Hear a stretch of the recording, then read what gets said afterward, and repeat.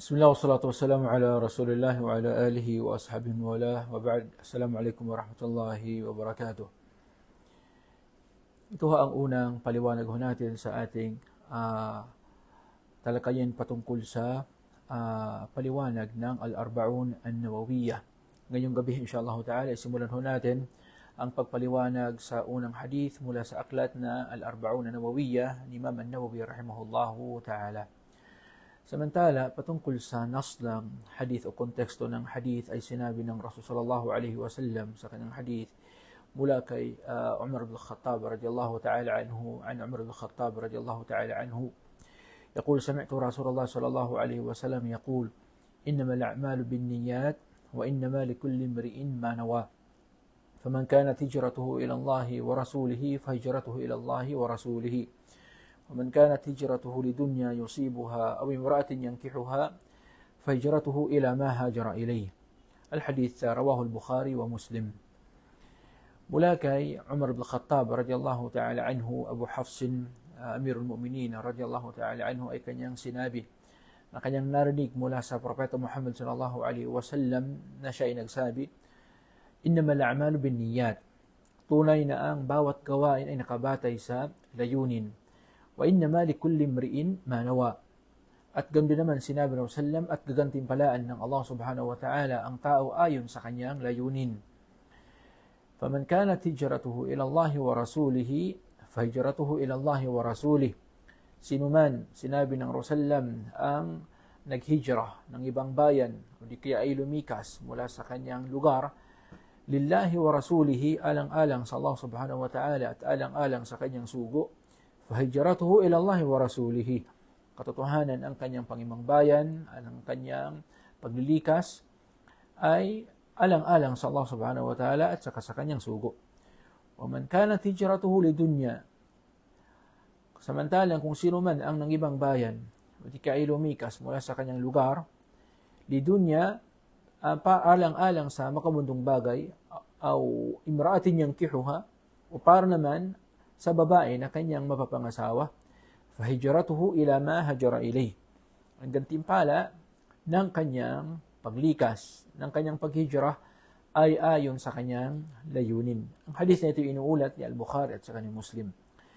Nabanggit na natin alhamdulillah ang konteksto ng unang hadith natin mula kay Umar bin Khattab at nabanggit na rin natin ang pinakamagaan na kahulugan nito sa wikang Tagalog.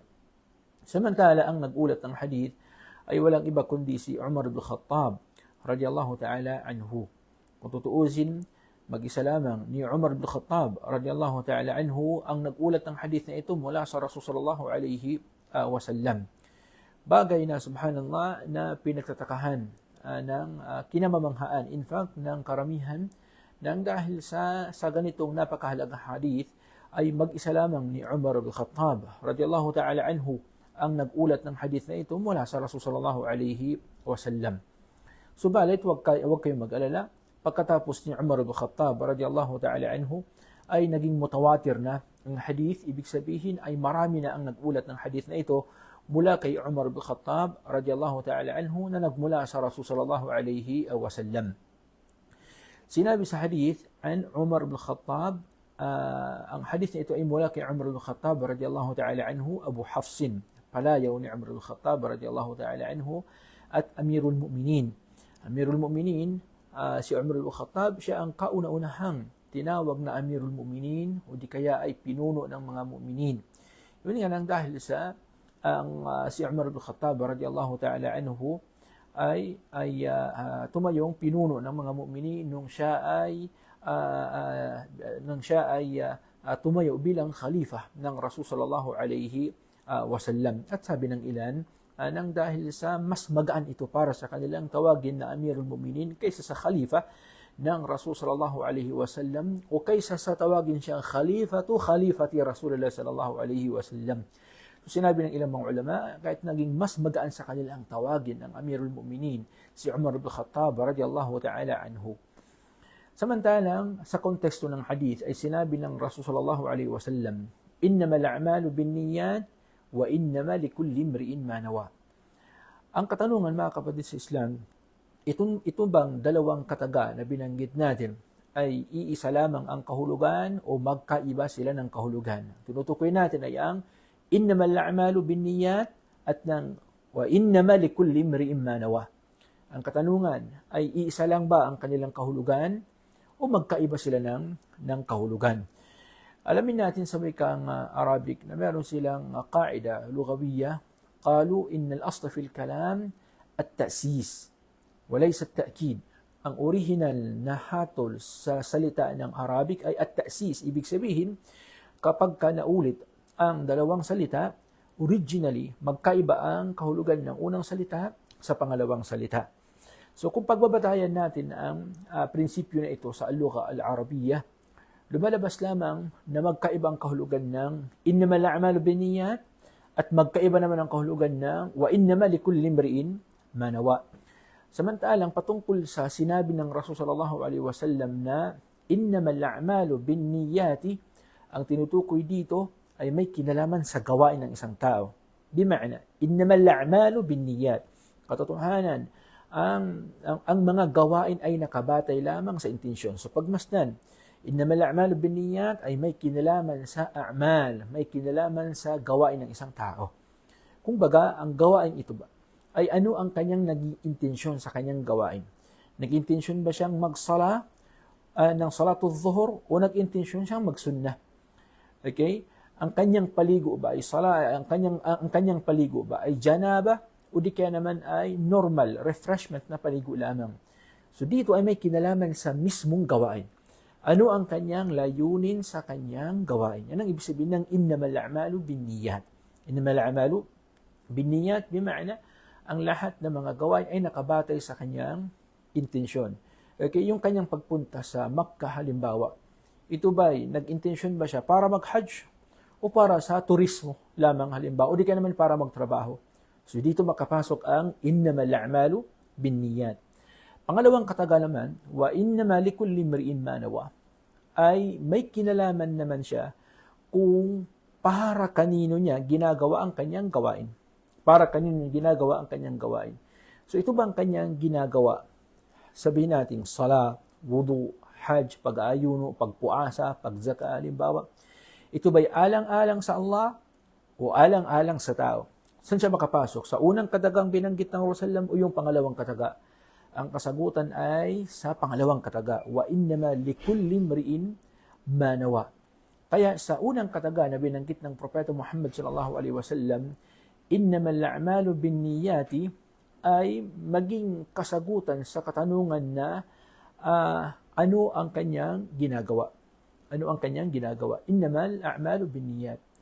Samantala naman, wa innama likulli imri'in ma nawa ay kasagutan sa katanungan na para kanino ang kanyang gawain. Sana ho ay naging maliwanag. Wa innama likulli imri'in ma nawa. Tayo mga kapatid sa Islam, nang sinabi ng Propeta Muhammad sallallahu alaihi wasallam, innamal a'malu binniyat.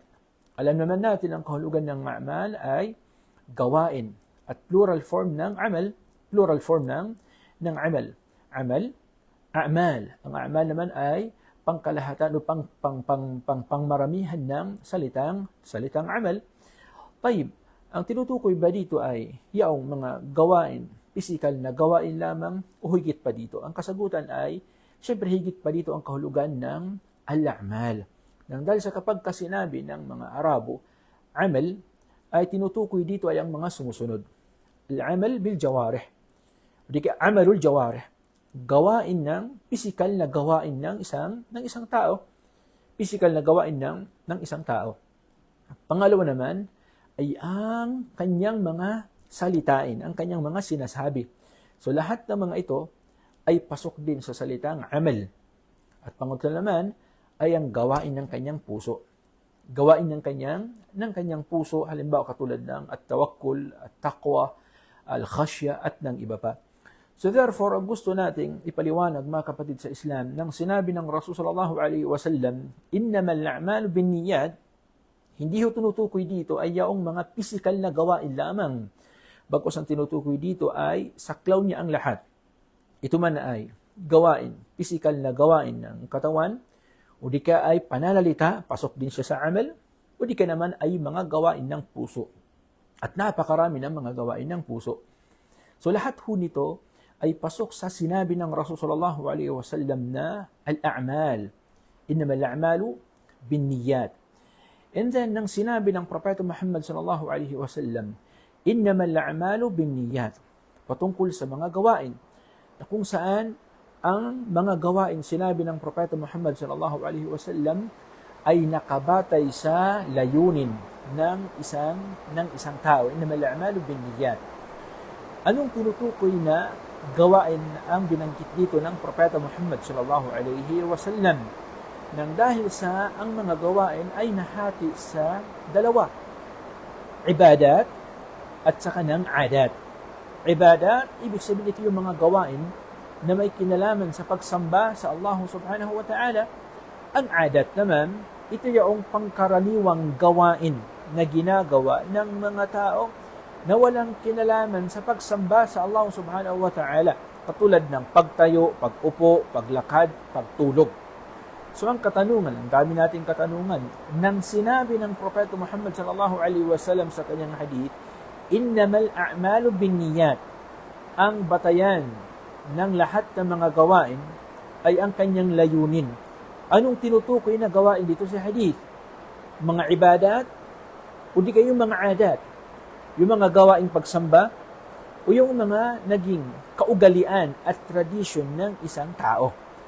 Sinabi ng mga ulama, ang tinutukoy sa hadith ay ang mga gawain na may kinalaman sa ibadat. Mga gawaing pagsamba ang tinutukoy dito ng Propeta Muhammad sallallahu alaihi wasallam. Sa makatuwid ng sinabi ng sugo ng Allah sallallahu alaihi wasallam, innamal a'malu binniyat, ang gawaing tinutukoy dito ng Propeta Muhammad sallallahu alaihi wasallam ay yaong mga ibadat, mga gawaing pagsamba. So, lahat ng mga gawaing pagsamba ay kinakailangan ng niyat. Kinakailangan ng niyat, kinakailangan ng intensyon.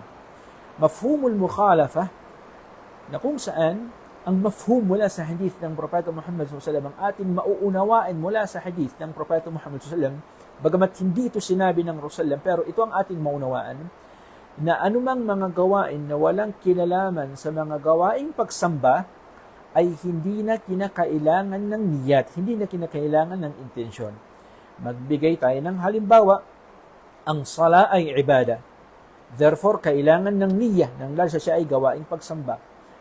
Ang pagpuasa, pag-ayuno ay ibada. Sa makatuwid, ay kailangan niya ng niyya, kailangan niya ng intensyon. Ang hajj ay ibada. Sa makatuwid ay kailangan niya ng intensyon. Ang wudu ay ibada. Ang dahil dito, kailangan niya ng niyya ala qawl jumhur, khilafan al-madhhab al-Hanafi. Samantala, may mga gawain naman na walang kinalaman sa gawaing pagsamba, katulad ng pag-upo, pagtayo, paglakad, pagtakbo, paglaro, paglalaba. Ang mga gawain ito itself ay hindi siya ibada, hindi siya gawaing pagsamba. Kinakailangan pa bang mag-intensyon ng isang tao? Yan yung taong naglaba, halimbawa. Kailangan pa ba niyang magniya, mag-intensyon? Okay? Ako ay maglalaba kasalukuyan ng aking pantalon lillahi subhanahu wa ta'ala. Bismillah. Kailangan pa ba ng niya? Ang kasagutan ay hindi na. Nang dahil sa hindi siya kabilang sa gawaing pagsamba. Hindi siya kabilang sa ibadat. Bagkus kabilang siya sa adat. Gandi naman ang paglalakad papunta sa trabaho, ang pagtakbo halimbawa sa paligsahan, pagbasketball halimbawa, pag-upo, pagtayo, pagwawalis, lahat, pagtulog, lahat ng mga ito ay kabilang sa kategorya ng adat. Therefore, hindi na kinakailangan pa ng intensyon. Hindi na kinakailangan pa ng intensyon. Sana ho ay maliwanag. Dito ay pinaliwanag lamang natin ang sinabi ng Propeta Muhammad SAW na innamal a'malu binniyat. Ngayon, kabilang sa dapat natin ipaliwanag, mga kapatid sa Islam, nang sinabi ng Propeta Muhammad sallallahu alaihi wasallam, innamal a'malu binniyat, yani imagine subhanallah, nasa unang konteksto pa lamang tayo ng hadith ng Rasul sallallahu alaihi wasallam, innamal a'malu binniyat. Nang sinabi ng Rasul sallallahu alaihi wasallam, innamal a'malu binniyat, lahat ng mga gawan ay nakabatay sa intensyon. Anong niyya ang tinutukoy dito ng Propeta Muhammad sallallahu alaihi wasallam? Ang tinutukoy dito ng Propeta Muhammad sallallahu alaihi wasallam ay kapag gumawa ng gawain ng isang tao sa pamamagitan ng kanyang niyya, ay dito ay kanyang madidistinguish kung ang kanyang gawain ba ay ibadah o ada. Okay? Madidistinguish ang magitan lamang ng niyya. Halimbawa, yung taong naligo sa umaga, ano ang namamagitan sa pagitan ng pagligo ng janaba na wajib at saka ng refreshing na paligo lamang? Anong namamagitan sa pagitan nilang dalawa? Ang namamagitan sa pagitan nilang dalawa ay ang niyya. Kapag nagniya ang isang tao na ang kanyang pagligo ay janaba, ito ay ibadah. Kapag nagniya naman siya na ang kanyang pagligo ay sabihin natin refreshment lamang, ay hindi siya pasok sa kategorya ng ibadah. Mula dito mga kapatid sa Islam, yung taong nasa estado ng janaba halimbawa, at siya nakatira sa tabing ilog o di kaya sa tabing dagat, nasa estado siya ng janaba. At pagkalipas nito, siya ay naligo sa dagat. Siya ay naligo sa dagat. Pagkatapos niyang maligo, ang tanong, siya ba ay nakaligo na, naging malinis na mula sa kanyang estado sa janaba o hindi pa? Ang maging kasagutan natin dyan ay sumagitan ng isang katanungan. Ano ang kanyang intensyon sa kanyang pagligo sa dagat o di kaya sa tabing ilog o di kaya sabihin natin sa palikuran sa CR? Ang kanyang intensyon ba ay lilghusli minal janaba o di kaya naman ay for refreshment lamang? Kung siya ay naghangad ng hangarin na ang kanyang pagsisid sa dagat ay lil janaba, ito ay maituring na obligadong paliligo sa janaba. Kung sakali naman na ang kanyang intensyon sa kanyang pagligo ay refreshment lamang, ang kanyang pagligo ay refreshment lamang at hindi siya maituring na paligo sa janaba.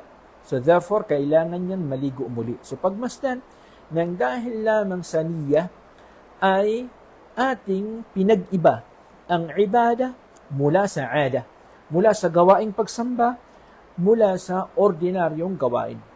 Pangalawa, ganun din naman ang niyya, yung ating layunin, yung ating intensyon, ay kanya ding nadidistinguish ang mga gawain sa pamagitan ng mga ibadat.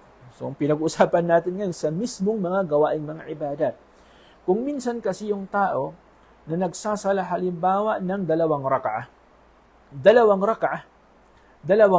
sa oras ng Fajr halimbawa. Samantalang, yung dalawang raka'a na sunnah before Salatul Fajr ay ibadah, tama? At yung mismong Salatul Fajr ay ibadah, dalawang raka'a. Ano ang namamagitan sa pagitan ng dalawa? Okay? Alam natin, yung una ay sunnah, yung pangalawa naman ay wajib. Anong namamagitan sa pagitan nilang dalawa? Ang niyya. Kung sakaling ang intensyon ng isang tao sa kanyang pag-alay ng dalawang raka'a ay sunnah para sa Salatul Fajr, madali lamang. Therefore, yung kanyang dalawang raka'a, yung kanyang dalawang raka'a na kanyang ilalay ay sunnah para sa Salatul Fajr. Pero kung ang kanyang intention naman sa dalawang raka'a ay Salatul Fajr mismo, therefore, ang kanyang sala ay maituring na Salatul Fajr. So, ang kabuuan ng lahat, mga kapatid sa Islam, ang niyya, pinag-iiba niya, dinidistinguish niya ang ibadah mula sa ada. At dinidistinguish din niya ang sa pagitan ng mga ibadat. Kahit ganun na lamang kahalaga ang intensyon, ganun na lamang kahalaga ang niyya.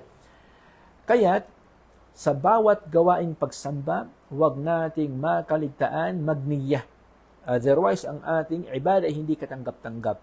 Nagsala ka ng Salatul Dhuhr, ay kailangan magniya ka muna na magsala ng Salatul Dhuhr bago ka magsambahayang, bago ka magsala. Otherwise, kung pumasok lamang sa masjid ang isang tao at nag-alay ng dasal, nang hindi siya nakapagniya na ang kanyang dasal na kanyang iaalay ay Salatul Dhuhr at alang-alang sa Allah subhanahu wa ta'ala, bagkus gano'n na lamang, gumalaw siya ng gawaing pagsamba, pero nang walang intensyon ang kanyang sala ay hindi katanggap-tanggap. Yung taong hindi kumain mula sa madaling araw hanggang sa paglubog ng araw, hindi siya kumain. Ganun pa man ay hindi siya nakapagniya, hindi siya nakapag-intensyon na mag-ayuno. Hindi counted as puasa, hindi counted as nakapag-ayuno ang tao sa naturang araw nang dahil hindi siya nakapag-intensyon. Wala siyang layunin. Tayyib. Pangalawang kataga ng hadith, sinabi ng Rasul sallallahu alaihi wasallam, wa innama likulli imri'in ma nawa. At bawat tao, sinabi ng Propeta Muhammad sallallahu alaihi wasallam, ay gagawaran ng Allah subhanahu wa ta'ala ng gantimpala ayon sa kanyang intensyon. Kung sakaling ang kanyang gawain ay alang-alang sa Allah subhanahu wa ta'ala, gagawaran siya ng gantimpala. Kung sakaling ang kanyang gawain naman ay hindi alang-alang sa Allah subhanahu wa ta'ala, ay hindi siya gagawaran ng gantimpala. Kaya kung tutuusin, hindi sapat ang magkaroon ng niyya sa gawain ng isang tao.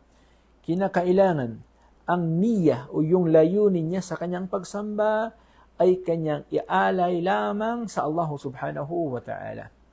Para mas lalo nating maintindihan. Ang isang tao halimbawa, nag-alay ng salatul zuhur. Nag-intensyon siyang mag-alay ng salatul zuhur. Ito ho ay may kinalaman sa kanyang gawain. Pasado na ho siya dito, alhamdulillah. Yun nga lang, pangalawang katanungan, para kanino yung intensyon niya na salatul zuhur? Wa innama likulli imri'in ma nawa. Ang kanyang naging intensyon sa kanyang salatul zuhur ay para halimbawa sa dalaga na kanyang nililigawan.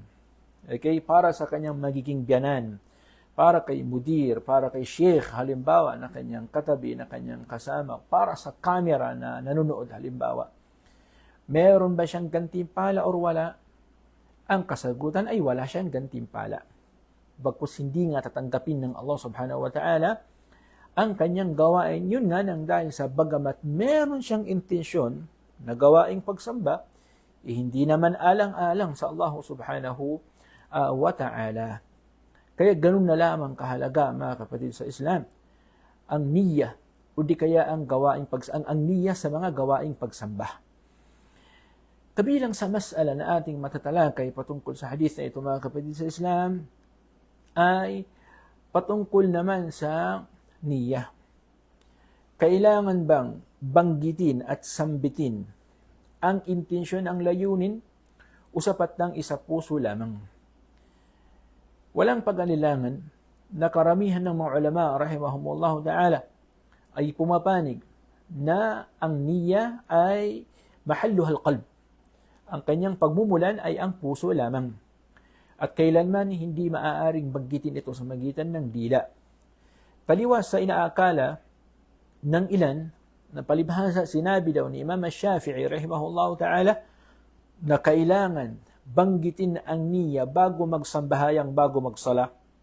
Katulad ng kanilang pagsabi na nawaitu salat adh-dhuhri 4 raka'atin imaman o di kaya ma'muman lillahi ta'ala. Allahu Akbar. Sabi nila sa al-madhhab Shafi'i daw ay kailangan banggitin ang intensyon. At kanilang binabansag ang qaul nito kay Imam Shafi'i palibhasa, sinabi daw ni Imam Shafi'i na kailangan banggitin ang niyya sa mga ibadat, lalo't lalo na sa salah.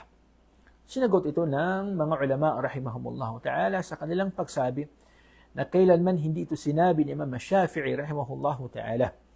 Bagkus marahil ito ay pinanigan ng mga Shafi'iyya. Pag sinabi natin Shafi'iyya, ng ilan mula sa mga estudyante, ilan mula sa mga ngaral mula sa sumusunod sa al-madhhab al-Shafi'i. Pero hindi mismo si Imam Shafi'i rahimahullahu ta'ala. Ganun pa man, mga kapatid sa Islam, sinabi ng mga ulama, an-niyatu mahalluha al-qalb. Ang intensyon ay kailangan nagmumula mula sa puso lamang at hindi maaaring sambitin ang ating intensyon.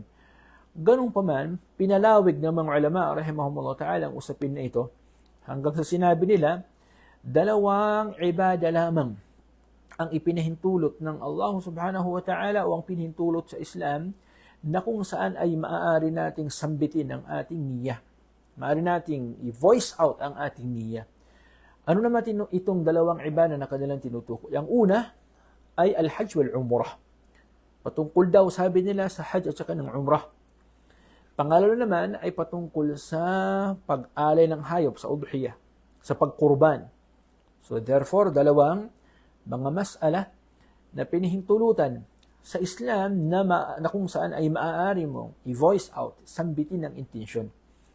Unahin natin ang al-hajj wal-umrah. Sabi nila, maaari daw na i-express natin at i-voice out natin ang ating intensyon sa magitan ng ating dila. Yun nga nang dahil sa kautusan ng Propeta Muhammad sallallahu alaihi wasallam sa mga nagnanais mag-umrah na kanyang sabihin sa miqat, labbaik Allahumma umrah. At kung di naman, sabihin naman natin kapag tayo nagnanais na mag-hajj, ang labbaik Allahumma hajja. Mula dito, ang naunawaan ng karamihan ng mga ulama ay maaari daw banggitin ang niyya kapag tayo ay nag-umrah at kapag tayo ay nag-hajj. Yun nga lang, may kasagutan dito ang ilan sa ating mga pantas, kabilang sa kanila si Sheikh Uthaymin, rahimahullahu ta'ala.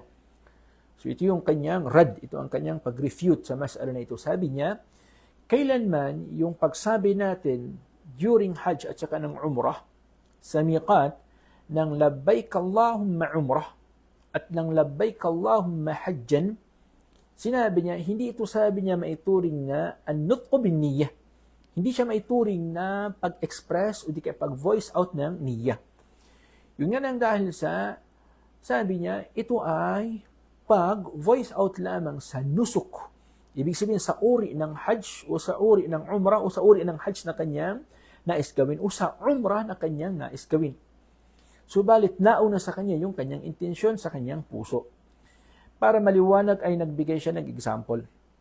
Ang pagsambit natin ng labbaik Allahumma umrah, labbaik Allahumma hajja ay walang pinagkaibahan sa takbiratul ihram sa ating salah. Before salah, hindi ba tayo, sabi niya, ay nakapag-intensyon ng magsalah? And then during salah, ano ang ating sasabihin? Allahu Akbar, takbiratul ihram. So sabi ni Shaykh Uthaymin, rahimahullah ta'ala, yung pagsambit natin ng labbaik Allahumma umrah at ng labbaik Allahumma hajja ay katumbas ng pagbanggit natin ng takbiratul ihram. So therefore, yung niyya natin sa umrah at saka ng hajj kung tutuusin ay mula sa ating puso. Ang vina-voice out lamang natin ay yung uri ng hajj na ating gagawin at yung uri ng nusuk na ating gagawin. Ito ba yung umrah o di ka naman ito ay hajj? Yan ang unang mas'ala. Pangalawa na mas'ala na pinahintulot sa Islam na i-voice out ang ating niyya na mismong ang Rasul sallallahu alaihi wasallam ay kanya itong ginawa ay sa udhiyah. Ano ibig sabihin ng udhiyah?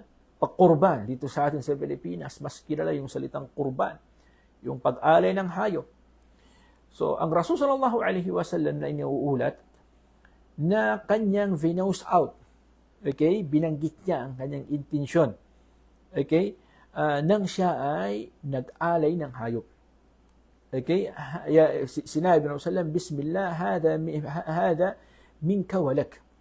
Ibig sabihin, sa ngalan ng Allah subhanahu wa ta'ala, Ya Allah, ang hayop na ito ay nagmula sa iyo at para sa iyo. Hanggang sa binanggit pa ng Propeta Muhammad sallallahu alaihi wasallam ng kanyang inalay na hayop ay para sa kanyang ahl, okay, para sa kanyang family, at sa lahat ng kanyang umma na hindi kayang magkurban ng hayop.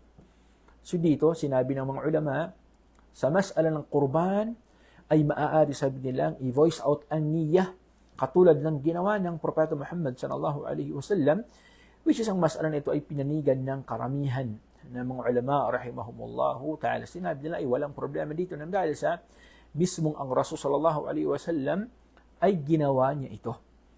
So panghuli mga kapatid sa Islam, since lumampas na tayo sa ating oras, napakahalagang bagay na dapat nating malaman na once tayo ay gumawa ng anumang ibadah, ito man ay tayammum, o di kaya naman ay wudu, kahit anong simpleng ibadah lamang, ay samahan natin ito ng niyya.